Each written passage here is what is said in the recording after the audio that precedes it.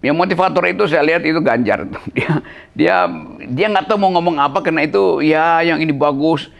Poinnya nggak saya dapat tuh. Anies retorikanya iya oke, dan substansinya dapat. Tetapi satu problem pada Anies adalah ujian terhadap konsistensi antara apa yang dia janjikan di awal dan tim dia ini akan bagi-bagi tugas seperti apa kan.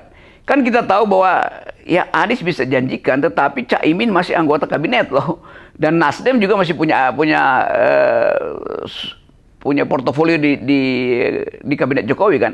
Jadi kalau mau konsisten, Anies bilang demi perubahan saya akan batalkan IKN, demi perubahan saya akan batalkan jalan tol, demi perubahan saya akan ubah banyak kebijakan. Itu punya konsekuensi bahwa Nasdem dan PKB mesti tarik menteri-menteri dia dari kabinet Jokowi kan. Kan konsistensinya mesti begitu tuh.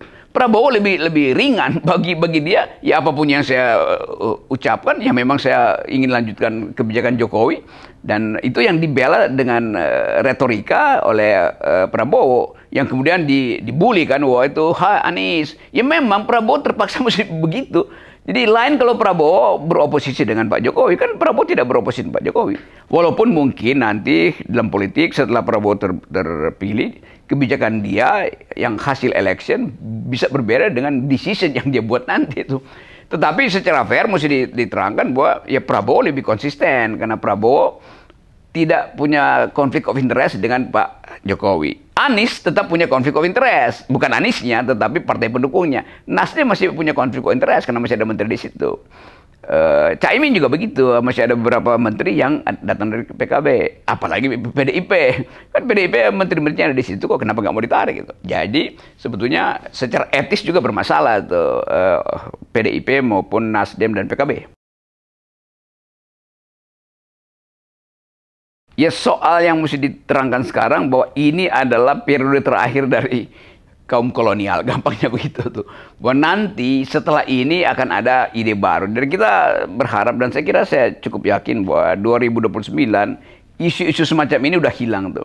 Karena dimakan usia pemimpin-pemimpin yang tadinya masih banyak berkoar-koar tentang masa lalu atau kritik-kritik itu lama-lama hilang tuh. Dan cukup 5 tahun sebetulnya untuk memulai satu era baru. Dan itu jadi tugas dari esensi. Saya kira iya, itu brandingnya itu akhirnya kan. Kayak di gemoy-gemoy kan, itu tapi itu menarik. Walaupun substansinya juga harus diuji itu. Gemoy demi apa? Demi masa depan yang mesti diuraikan secara argumen tuh. Jadi saya kira riset tentang habit atau behavior perilaku itu menyebabkan ada poster tentang gemoy. Ya udah itu hak Gerindra tuh. Ada poster tentang yang lain mungkin standar aja ya. Jadi Gerindra memang mengambil inisiatif untuk mengujikan satu dalil baru bahwa generasi baru walaupun dia secara esensial susah untuk membahas isu, tapi dia langsung lihat tuh kapasitas di depan baliho kan. Walaupun saya tetap kritik bahwa buat apa masih pakai baliho di era digital, kan disebar lewat TikTok lebih bagus kan. Dan itu artinya ya udah era digital tapi konsepnya masih analog gitu. Itu pasang-pasang baliho dan tempel-tempel di dinding segala macam tuh.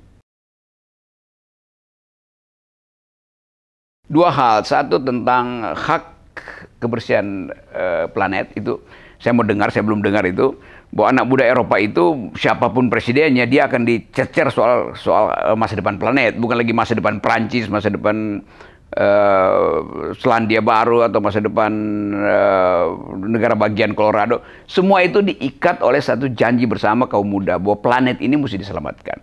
Karena krisis lingkungan kan makin lama makin katastrofi itu.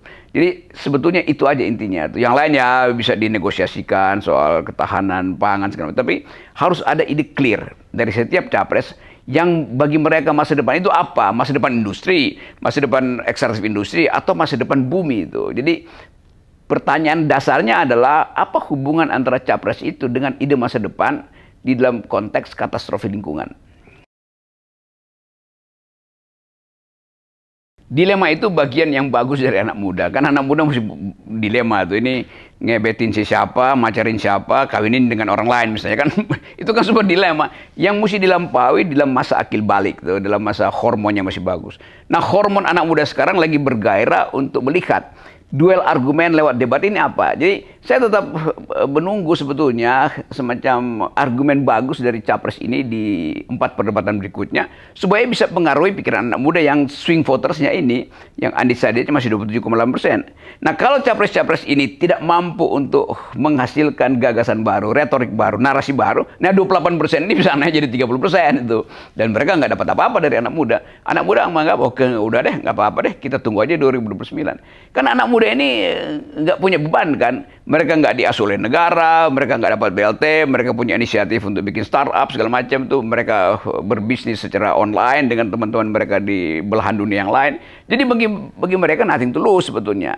Hanya kita menunggu sensasi dari capres-capres ini supaya anak-anak muda ini dapat semacam ide, oh ternyata yang bagian sana yang lebih masuk akal programnya. Yang ini ya cuman ngutip-ngutip Google misalnya. Kan itu yang lagi ditunggu oleh anak muda kan.